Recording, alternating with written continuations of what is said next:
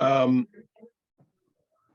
gonna just kick it off this afternoon with touching on some high level climate impacts and some tools that are available for you to understand and see those impacts, and hand it off to Megan, who's going to walk you through in more detail the assistance that we are able to provide you. Go ahead, Megan. So first, as I hope you're all aware, and as Mike referenced, recognizing that most of the decisions that are going to determine whether New Jersey is resilient in the future are going to happen at the local level, at your level. And so to that extent, back in February of 2021, Governor Murphy signed into law an amendment to the municipal land use law. And what that amendment did was require that municipalities incorporate a climate change related hazard vulnerability assessment into any land use plan element adopted after the law was executed. And so what that does is require that you consider the environmental effects associated with climate change, including but not limited to extreme weather, temperature increases, drought, fire, flooding, and sea level rise, but also start to consider and identify those actions that you would undertake that are master plan appropriate to address and respond to those vulnerabilities. The amendment requires that your climate change related hazard vulnerability assessment rely on the most recent natural hazard projections and best available science as provided by DEP. And I will identify some ways for you to do that. And it also requires that DEP provide technical assistance as practicable. And again, Megan is going to touch on some ways that we intend on doing that. To the extent of, Megan, go ahead with the slides. So best available science, right, is a constantly evolving definition, particularly as it relates to climate change, and particularly as it relates to the breadth of issues covered by climate change. And so the first thing I will point you all to is the 2020 scientific report on climate change that was developed by DEP. It was released in June of 2020, and it covered most of the issues that you would need to address in a vulnerability assessment in your planning. You're all familiar and have read certainly, global or national or even regional reports on climate change, but this really took those the best available science and looked at it through a specific New Jersey lens, and what we can expect to see here at this local level. Also recently, we issued an addendum to that report that focused on human health and communities. I urge you to take a look at both of them. They are available at the website in the top corner of this slide. And they should very much serve as the basis for the best available science that you utilize in your planning going forward. Go ahead, Megan. Some of the most significant updates that have occurred to specific climate impacts, apologies if you can hear the dogs barking, are updates to precipitation data. Last October, 2 reports were completed by the Northeast Regional Climate Center in cooperation with New Jersey's state climatologist. And what these 2 reports show is that first, the intensity of extreme weather events over the last 20 years has already increased up to 10% in some areas of the state. And so what that tells us is that we've already been under designing our infrastructure.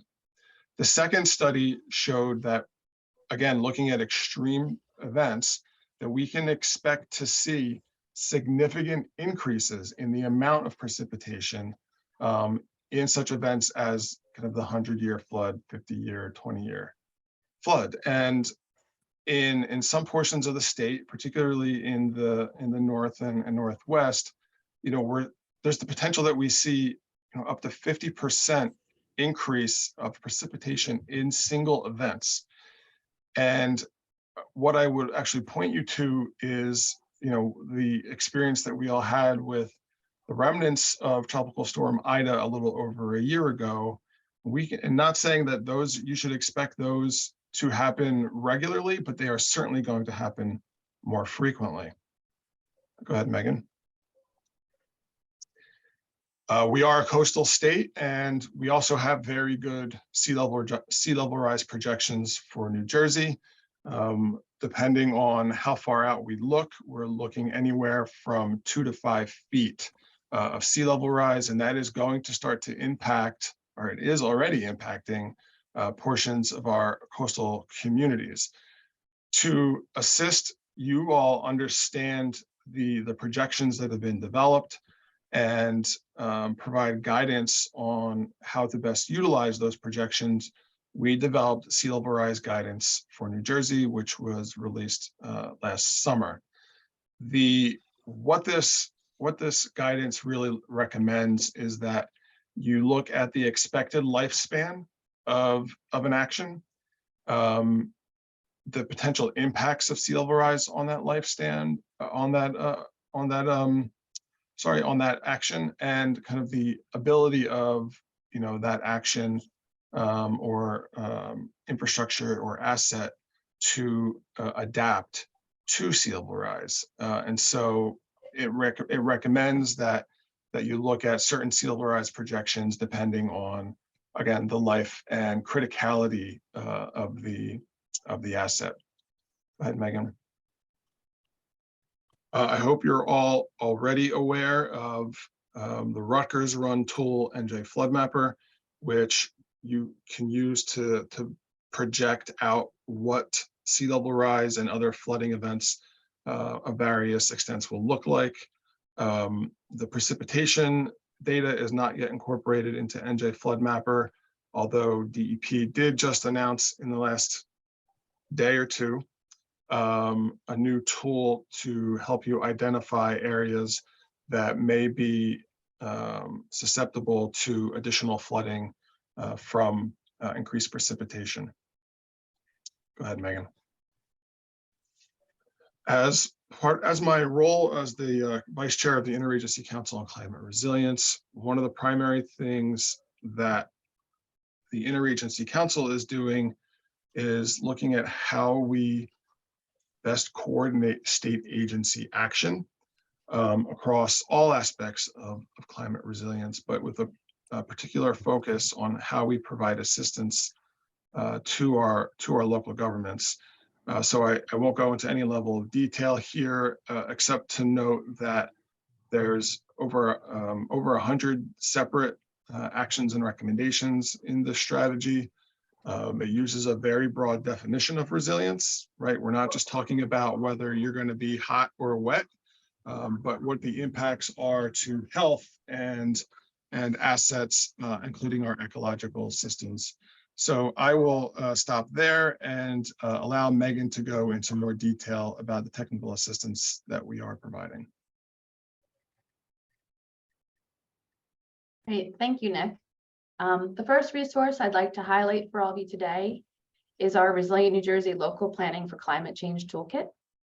In light of the updated MLUL requirements, we've combined, updated, and added our existing guidance to create this comprehensive planning toolkit, which outlines the necessary steps and associated resources to allow municipalities to undertake their own resilience planning efforts associated with the MLUL requirements. It's our intention that municipalities are able to use this toolkit to build their capacity, satisfy their MLUL requirements, and do meaningful climate resilience planning without necessarily needing to hire consultants or apply for technical assistance. Within the toolkit, There are dozens of worksheets, spreadsheets, and resources for you to use to help you think through some of the planning questions that may arise as you undertake your resilience planning efforts. You can find the toolkit on our website, resilient.nj.gov, but I will also briefly go through some of the key points now. The first step outlined in our toolkit is to initiate and engage. As we know, a strong team and a robust community engagement with stakeholders and the public, including the socially vulnerable populations, are critical to a successful strategy. You can use the Building a Team guide to help you establish project leadership, build a diverse planning team, identify stakeholders, and establish advisory committees. For more information on expanding representation in planning, the toolkit links to an equitable community resilience evaluation toolkit and a self-guided A Seat at the Table online training. And one thing that we know that we want to make mention of the most is that using a whole community approach to planning helps gather comprehensive community input and through visioning exercises helps articulate our community's identity and helps prioritize resilience goals and strategies. The next step is understanding your vulnerability. This section explains the minimum requirements of a vulnerability assessment, provides the methodology for gathering necessary data, and includes a template for a vulnerability assessment matrix based on asset priority, climate indicators, and adaptability. We need to keep in mind that there are 3 dimensions of vulnerability. Exposure, which is the degree to which climate variation or change may affect people, places, or systems. Sensitivity, which is the degree to which they could be harmed by that exposure, and adaptive capacity, the degree to which the potential harm could be mitigated by taking actions to reduce either the exposure or sensitivity. A vulnerability assessment provides the foundation for identifying innovative and comprehensive solutions to addressing existing and future climate impacts. Because the Understand Your Vulnerability section is primarily where you'll find information to meet the climate change related hazard vulnerability assessment requirements, I want to highlight those requirements here before moving forward. As you can tell, there are several requirements that have come in through the law, and they're listed on the screen, but I just like to share a few key points. The climate change related hazard vulnerability assessment requires the analysis of current and future threats to the municipality associated with the climate change related natural hazards. In New Jersey, flooding is likely the first impact to come to mind, and there are lots of resources out there to assess your flood risk, but we need to ensure that we put a similar emphasis on other climate hazards that are just as significant, including heat, drought, and extreme precipitation. It should also consider how these impacts interplay or compound with each other. Another component of the requirement is an assessment of the municipality's vulnerability to these threats. Climate change related hazard vulnerability assessments should assess how these threats will affect various populations, whether that be different age groups or income levels, or looking at these threats from an economic perspective. The climate change related hazard vulnerability assessment should analyze impacts of each hazard and long-term climate trends on the system it operates, populations served by those systems, and issues resulting from service area failures on the system itself, such things as tax ratables. It should also integrate those decisions into your master plan. The build-out analysis should assess risk for projected flooding and assess risk for other hazards in relation to redevelopment and anticipated changes based on zoning, as well as to existing build-out and socially vulnerable populations in high-risk areas. This is an opportunity to evaluate alternative development scenarios with the goal of risk reduction. To determine which infrastructure is necessary for sustaining quality of life during a natural disaster, consider mapping and examining healthcare facilities and community facilities such as schools and libraries to be used for storm shelters and for food distribution in the vulnerability assessment. DEP also recommends coordinating with surrounding jurisdictions and transportation authorities to address risk along the entirety of an evacuation route. And lastly, the policy statement should better narrate how the assessment is being implemented in decision making. Through these plans and other efforts, and specifically how and specifically state how existing plans and policies and ordinances will be updated.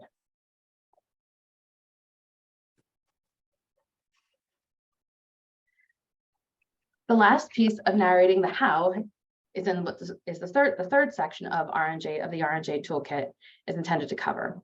This section of the toolkit includes a local action matrix, which is an Excel spreadsheet that contains almost 300 resilience and adaptation action examples from around the country. It's meant to provide municipalities with robust and easy to use database for example actions they can take to combat climate change in their communities.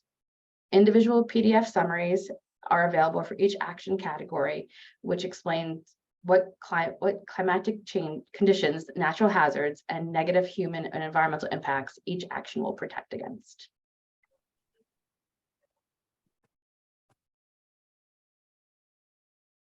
Tracking your progress. The last and final tab shares multiple options for next steps and potential funding resources. The funding and finance options sub-tab includes lists of federal and state level grant opportunities for climate resilience efforts. The implementation of actions tab highlights the importance of thinking of your strategy as a long-term project. This tab describes recommendations for monitoring and tracking the implementation of actions, as well as steps to take to enhance the success of the strategy.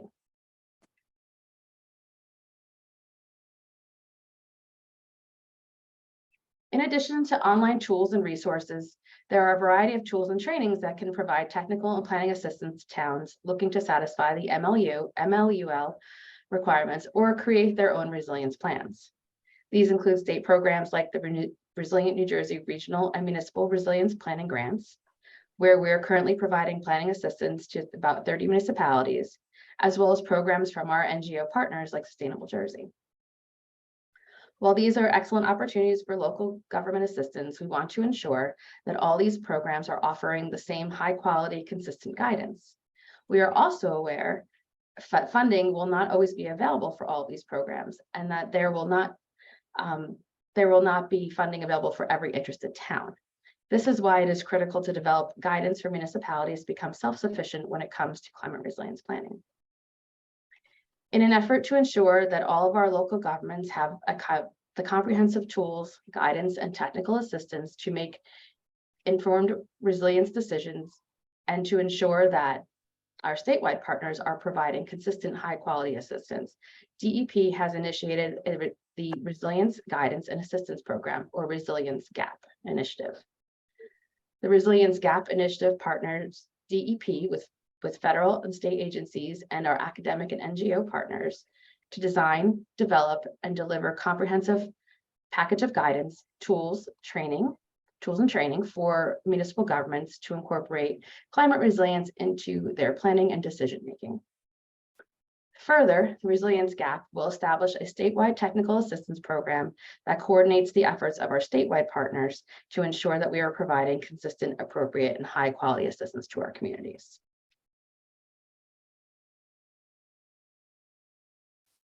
Our Resilient New Jersey program is New Jersey's premier resilience planning and technical assistance program.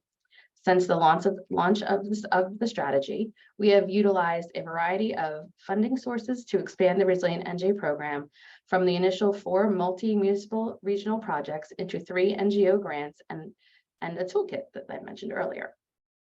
It is our hope that projects such as this will not only put the needed resources in the hands of vulnerable regions, but also increase public understanding of the threats posed by climate change. Currently, our original 4 regional projects are preparing to publish their regional resilience and adaptation plans over the coming weeks, very soon actually. These plans are the culmination of 2 years of planning work and public engagement conducted by the project teams and the region. Regional action plans are focused primarily on coastal and inland flooding and include a suite of locally specific options to reduce risk that align with the vision of the overall community. A second phase of the program will also put funds towards implementation of prioritized planning actions. And if anyone is not familiar with this, I just wanted to point out the 4 regions that are part of this program, which is Northeast New Jersey, Raritan River Bay communities, Long Beach Island, and also the Atlantic County coastal region. Each one has a presence on our Resilient NJ webpage as well.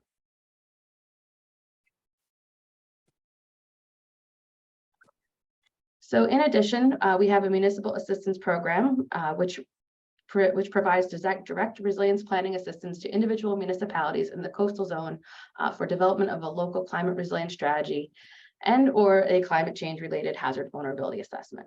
So our first funding award was $400,000 across 5 municipalities, which are working with 5 consultant teams to develop the MLUL required vulnerability assessments.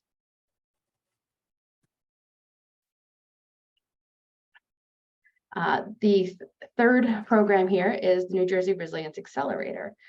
This program provides direct technical assistance and expertise to local communities on specific resilience goals and projects. Through workshop and partnering sessions, it creates a space for high-level education and tailored one-on-one assistance. The 3 tenets of this project are to build communities, like having communities form resilience teams, define strategies, and review current plans. To develop, so through the workshops, they're centered around strategic action plans focused on improving projects to access funding and on strategic communications for all around resilience. And action, which includes ongoing support from FEMA planners with quarterly webinars. So the goal here is to implement key actions and make progress moving forward. Our first group was a collection of 7 riverine communities, our first cohort, which ended this past fall, and we will be having a new cohort starting looking at residential coastal communities in the near future. And lastly, I did want to just put a reminder out. This is actually a grant opportunity that is still available through the Water Infrastructure Investment Plan for no-cost stormwater utility feasibility studies. The deadline has been extended for this grant till November 1st of 2022. So if you are interested in that, we have a link and we can set you up with more information on that. So. And then in addition, there's just our contact information for Nick and myself. So thank you very much. All right. Thank you, Megan. Thank you, Nick. Bear with me one moment. So I don't see Frank Marshall's here. I don't know if there are any questions in the box, Frank. No, I haven't seen any questions pop up from anyone, but that doesn't mean, folks can't feel free to go ahead right now and add something. Or if you like, you can also use the raise hand feature.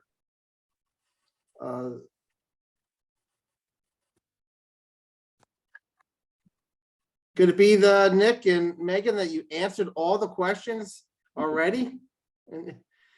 This is the first time for everything, Mike.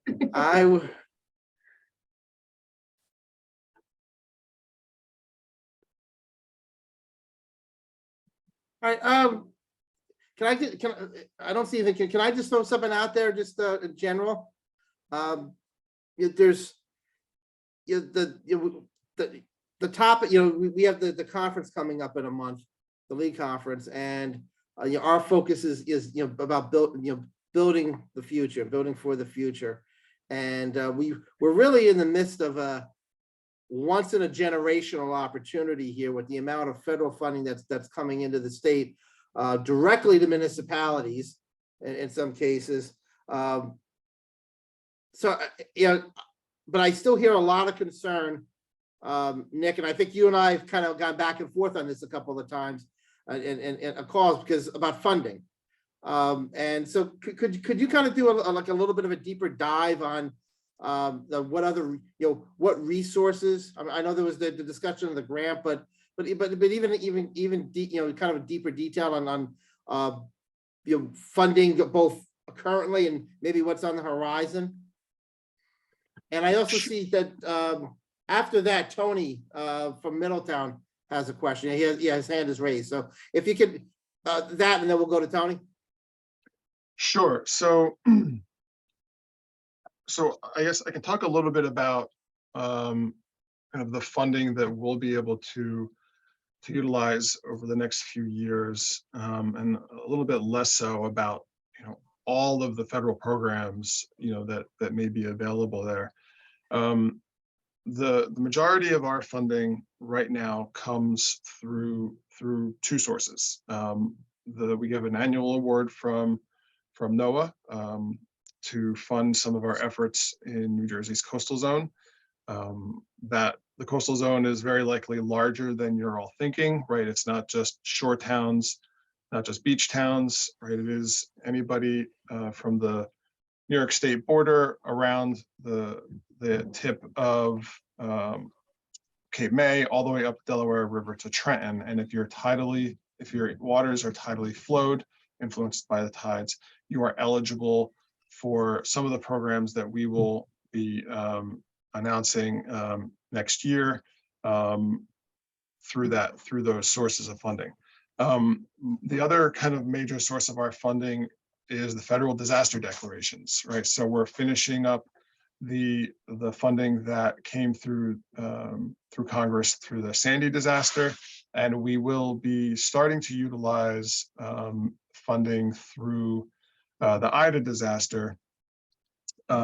I will note that we didn't mention this at the beginning during my introduction, but I also oversee New Jersey's Blue Acres program. And so, there's a lot of opportunity there to address vulnerable residential properties through buyouts and utilization of those properties post buyout to do things like flood mitigation and recreation and the like. And most of that, the funding that will come through my office will be focused on planning, the resilience planning aspects that Megan touched on, and the buyouts. There is, of course, associated with the Ida disaster, other significant funding programs run through the Department of Community Affairs.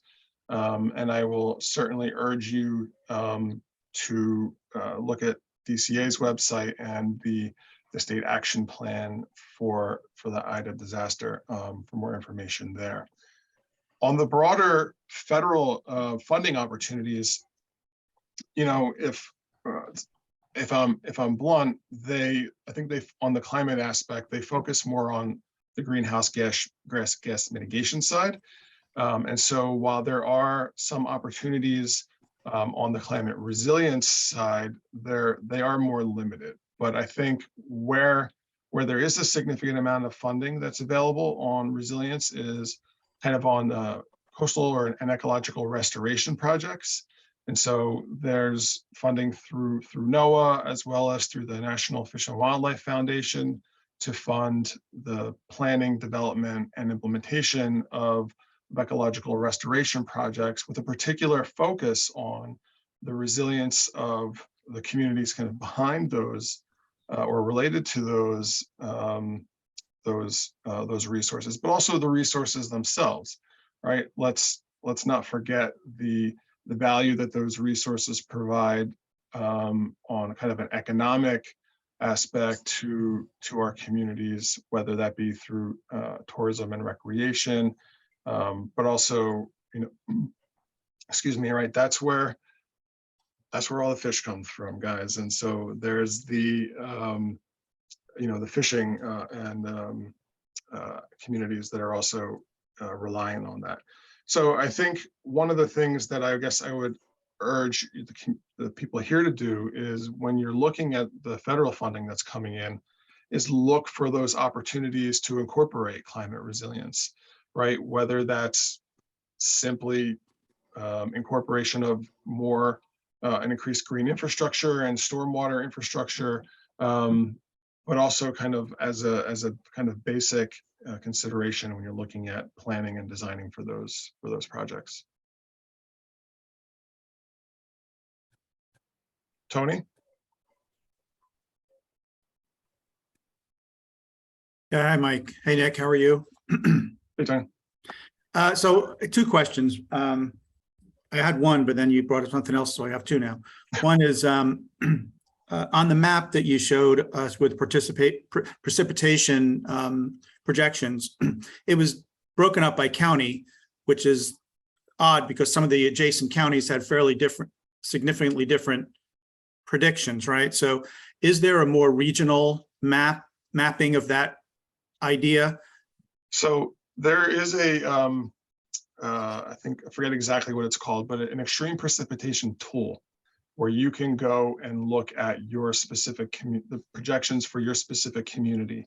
And you can look at that through different types of projected storm events. We present it a lot at the county level. One, because it makes it a little easier for presentation purposes, but also it's a consideration, I think, in permitting, right? The precip and flows that are used Okay. is on a county basis. So it's more about for presentation purposes, but there is a link to the permitting there. All right, thanks. The other thing is you brought up Blue Acres. Several months ago, back in, I think, June and July, we were working with the staff on potential Blue Acres project.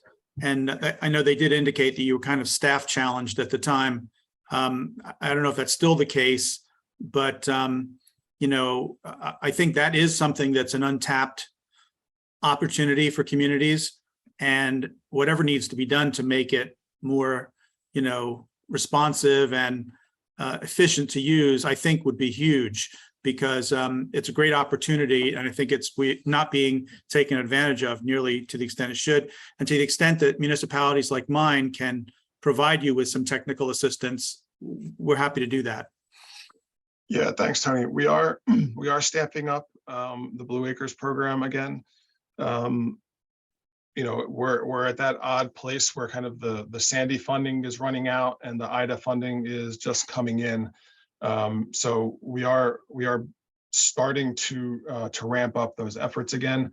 Tony and any of you here, we're happy to have more detailed conversations on Blue Acres, but agree that it's, you know, it is something that we underutilize. We underutilize in New Jersey, but even though New Jersey is a national leader on buyouts. So again, to the extent that anyone is interested in having more detailed conversations on Blue Acres or any resilience related aspects and opportunities, we're happy to have those conversations. All right, thanks, Nick.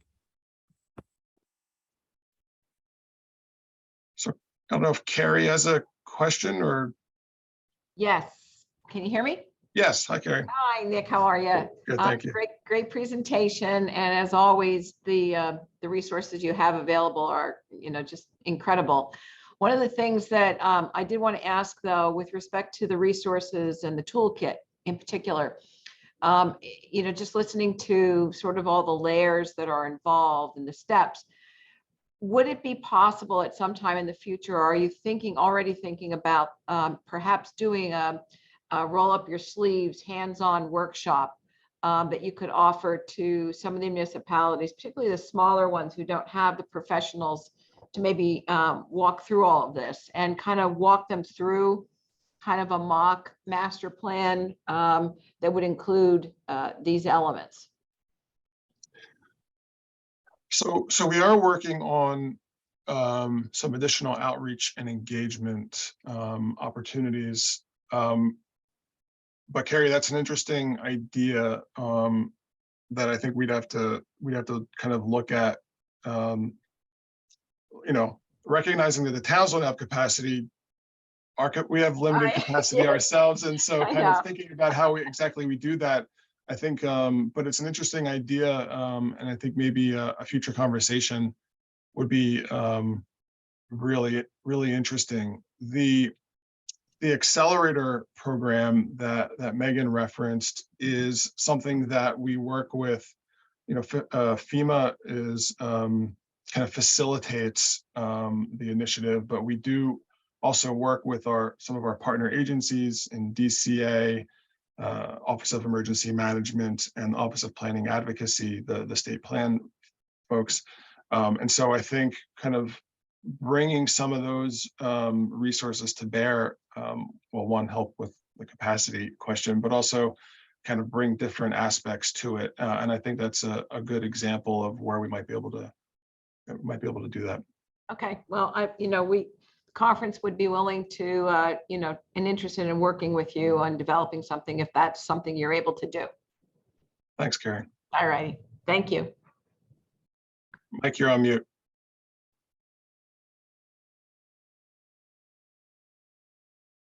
I was saying that I second that from the league, that if there's anything we can do to facilitate that, we certainly will. I know there's a question in the box, Frank. Yeah, so from, it looks like it's from Gilbert here. What is the timeline for municipalities to implement a plan? Our township did a master plan review a few years ago. What is our requirement to include a resiliency plan? All right, so the law states that when you update the land use plan element of your master plan, you're required to incorporate the climate change related hazard vulnerability assessment. So if you updated the land use plan element prior to the amendment to the MLUL, you have to update your master plan, or at least do a re-examination of your master plan every 10 years. So depending on the exact date there would depend on what and when you have to undertake that effort.